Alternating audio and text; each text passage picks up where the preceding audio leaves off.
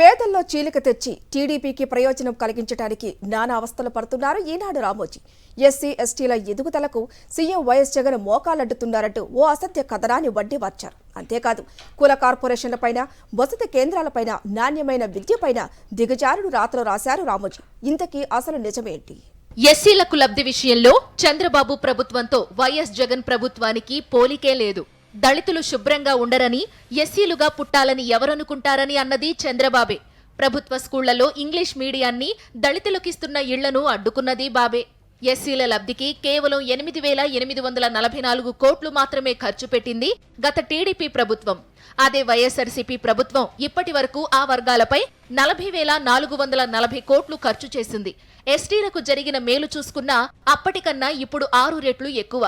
ఈ నిజాలను దాచేసి రాతలతో పేదల్లో చీలిక తెచ్చేందుకు, టీడీపీకి ప్రయోజనం కలిగించేందుకు మాటలు స్వీటు, చేతలు చేటు పేరుతో రామోజీ ఈనాడులో కుట్రపూరిత కథనాన్ని అచ్చేశారు. వండివార్చిన ఈ దుర్మార్గపు కథనంలో అసలు నిజమేంటో ఇప్పుడు చూద్దాం.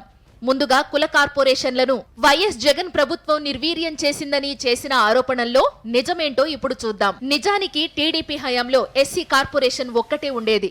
దాన్ని జగన్ ప్రభుత్వం Mala corporation, Madiga corporation, Relli corporation గా విడదీసింది. వీటి ద్వారా ఎస్సీల అభ్యున్నతికి, సంక్షేమానికి పెద్దపీట వేసింది ప్రభుత్వం. టీడీపీ హయాంలో ఉన్న ఎస్సీ కార్పొరేషన్ ద్వారా కొద్ది మంది మాత్రమే ప్రయోజనం పొందారు. కానీ ఇప్పుడు అర్హతలున్న ప్రతి ఒక్కరికి పథకాలు అందుతున్నాయి. నేరుగా లబ్ధిదారుల ఖాతాల్లోనే నగదు జమవుతోంది. ఇక భూమి కొనుగోలు పథకం పైన ఈనాడు రాసిన రాతల్లో ఎలాంటి నిజం లేదు. భూమి కొనుగోలు పథకానికి టీడీపీ ప్రభుత్వం ఎంత మేర భూమి సేకరించిందనే వివరాలు లేవు. దీన్ని బట్టే ఈ పథకాన్ని ఎవరు ఎత్తేశారో తెలుస్తుంది. భూమి కొనడానికి ఎన్నో ఏళ్ల క్రితం ఎస్సీ కార్పొరేషన్ల నుంచి తీసుకున్న రుణాలు ఎస్సీల భూమి తనఖాలో ఉండిపోయింది. వైఎస్ జగన్ ప్రభుత్వం అలాంటి రుణాలన్నింటినీ రద్దు చేసింది. ఎస్సీలకు ఆ భూములపై పూర్తి యాజమాన్య హక్కులు కల్పించింది. వైఎస్ జగన్ ప్రభుత్వ మేలుతో 14,223 దళిత మహిళలకు 16,213 ఎకరాలపై పూర్తి యాజమాన్య హక్కులు లభించాయి. మరో 3,57,000 మంది ఎస్సీలకు, 1,20,000 మంది ఎస్టీలకు సైతం అసైన్డ్ భూములపై పూర్తి హక్కులు లభించాయి. ఇళ్ల స్థలాలు, ఇళ్లు కట్టుకోవడానికి టీడీపీ ప్రభుత్వం ఒక్క సెంటు భూమినైనా కొనలేదు. కానీ ప్రస్తుత ప్రభుత్వం 6,36,000కు పైగా ఇళ్ల పట్టాలను ఎస్సీ అక్క చెల్లెమ్మలకు ఇచ్చింది. ఎస్సీలకు 12,816 ఎకరాలు, ఎస్టీలకు 5,978 ఎకరాల అసైన్డ్ భూములపై ఈ ప్రభుత్వం పూర్తి యాజమాన్య హక్కులు కల్పించింది. మరోవైపు నాణ్యమైన విద్యకు తిలోదకాలు ఇచ్చారంటూ ఈనాడు మరో అబద్ధాన్ని పేర్చింది. నిజానికి ఈ ప్రభుత్వం నాడు నేడు పథకం ద్వారా ప్రభుత్వ పాఠశాలలను అన్ని సదుపాయాలతో తీర్చిదిద్దింది. జగనన్న విద్యా కానుక, జగనన్న గోరుముద్ద, జగనన్న అమ్మ ఒడి లాంటి పథకాలను అందిస్తోంది.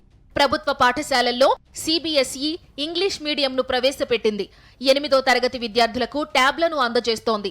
ఈ పథకాల వల్ల ఎక్కువ శాతం ప్రయోజనం పొందుతోంది బడుగు బలహీన వర్గాల పిల్లలే. టోఫెల్ లాంటి ఉన్నతాదాయ వర్గాల పిల్లలకే పరిమితమైన వాటిని కూడా ప్రభుత్వం బడుగు బలహీన వర్గాల పిల్లలకు అందుబాటులోకి తెచ్చింది. ఈ మధ్యనే ప్రభుత్వం సివిల్ సర్వీసెస్ ప్రోత్సాహకాలను ప్రకటించింది. మెయిన్స్ కు అర్హత సాధిస్తే 1,00,000 ఇంటర్వ్యూలకు క్వాలిఫై అయిన వారికి అదనంగా 50,000 చొప్పున ప్రోత్సాహకాలను ప్రకటించింది. ఇక గత ప్రభుత్వం అమలు చేసిన విద్యోన్నతి పథకం రద్దయిందని ఈనాడు గగ్గోలు పెట్టింది. చంద్రబాబు ప్రభుత్వ హయాంలో ఈ పథకంలో జరిగిన లోపాలను, అవినీతిని, అక్రమాలను గుర్తించి ఆ స్థానంలో జగనన్న విదేశీ విద్యా దీవెన పథకాన్ని తీసుకొచ్చింది ప్రభుత్వం. 21 కోర్సులలో క్యూఎస్ ర్యాంకింగ్ లేదా టైమ్స్ హయ్యర్ ఎడ్యుకేషన్ ర్యాంక్ల ప్రకారం టాప్ 50లో నిలిచిన విద్యా సంస్థల్లో ప్రవేశం పొందిన ఎస్సీ, ఎస్టీ, బీసీ, మైనార్టీ విద్యార్థులకు గరిష్టంగా 1,25,00,000 లేదా 100% ట్యూషన్ ఫీజును ప్రభుత్వం చెల్లిస్తోంది. మరోవైపు హాస్టళ్లు సంక్షోభ వసతి కేంద్రాలుగా ఉన్నాయంటూ అబద్ధాలను అచ్చేసింది ఈనాడు. నిజానికి రాష్ట్ర విభజన తరువాత 168 సోషల్ వెల్ఫేర్ స్కూళ్లు ఆంధ్రప్రదేశ్లో ఉన్నాయి. వీటికి మరో 21 స్కూళ్లను మాత్రమే అదనంగా చేర్చగలిగింది టీడీపీ ప్రభుత్వం. ఇందులోనూ 15 స్కూళ్లను 2019 ఎన్నికలకు కేవలం 2 నెలల ముందు మాత్రమే, అది కాగితాలపైనే ప్రకటించింది. ఈ ప్రభుత్వం వచ్చాక సోషల్ వెల్ఫేర్ స్కూళ్లలో మరమ్మతుల కోసం ఇప్పటికే 64 కోట్లు ఖర్చు చేసింది. 30 సివిల్ వర్కుల కోసం మరో 133 కోట్లు ఖర్చు పెట్టింది. మరో 177 స్కూళ్లలో నాడు నేడు పనులకు కార్యాచరణ ప్రణాళిక సిద్ధం చేసింది.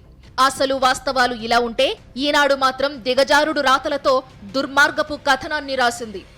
ఈనాడు వార్తలో ఎలాంటి నిజం లేదని సాక్షి ఫ్యాక్ట్ చెక్ లో తేలింది.